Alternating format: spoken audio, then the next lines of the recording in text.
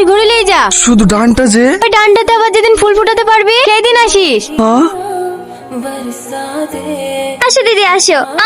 তোমাকে বলেছিলাম না, দেখো এই দিদির কথা। তোমার কথা পরে প্রতিদিন বলে দেখার খুব ইচ্ছা ছিল। মিষ্টি চেহারা, এরকম একটা মেয়ে পেলে আমার ছেলে বউ করিলে আনতো। কি হয়েছে? সুন্দরকে সুন্দর বলবো না?